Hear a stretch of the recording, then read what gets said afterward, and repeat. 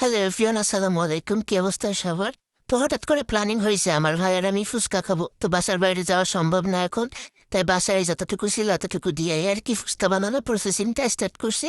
তো এখানে আমরা ফুচকাগুলো ফার্স্টে ভেজে নিচ্ছি। আর এর আগে আমরা বাসায় আলু ছিল আর হচ্ছে বুটের ডাল, যেটা আমরা আগে থেকে সিদ্ধ করে নিছি। তো এখানে হচ্ছে একে একে আমরা সব ফুচকাগুলো ভেজে নিচ্ছি। ফুচকাগুলো মাশাআল্লাহ যথেষ্ট বড় হয়েছে। তো এখানে ফুচকাগুলো আমরা উঠে নিচ্ছি। নেওয়ার পরে এখানে হচ্ছে আমরা মশলাগুলো অ্যাড করবো। এবার মশলাগুলো ভেজে নিছি সুন্দর মতো, কারণ মশলাই হচ্ছে আসল টেস্ট। তো এখানে আমার ভাইকে কাজে লাগিয়ে দিছি ওই সব মশলাগুলো একসাথে মিশাবে, কারণ হচ্ছে আমার হাত একটু কাটা, যার কারণে হচ্ছে এখন আমার পক্ষে সম্ভব না। তো আমার ভাইরে দিয়ে আর কি আমি মশলাটা হচ্ছে অ্যাড করে নিচ্ছি।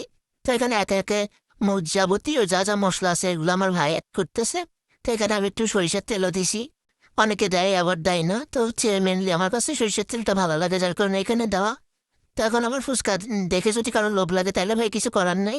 আর এই ফুচকা চিয়ারা এত বাজে হয়েছে যে এটা দেখে কারো লোভ লাগার কথাই না। তো ভাইকে কাজে লাগিয়ে দিয়ে এখানে ফুচকার টকটা রেডি করে নিলাম। আর এখানে তো আমি ফুচকা বানাইতে বসে পড়ছি। তো ফার্স্টের ফুচকাটা আমি আমার আম্মুকে দিব, আম্মু টেস্ট করে বলবে কেমন হয়েছে। তো আম্মুকে ফার্স্টে ফুচকাটা দিলাম, এবার আমি দ্বিতীয়টা বানাচ্ছি আমার ভাইকে দিব, কারণ ওই খেয়ে বলবে যে কেমন হয়েছে, সবাইকে দিয়ে দেন, তারপরে আমি খাবো, যদি ভালো হয় তাহলে খাবো, নাইলে নাই। তো আমার ভাইয়ের রিয়াকশনটা দেখেন, তার মানে ভালো হয়েছে, থ্যাংক ইউ ফর ওয়াচিং।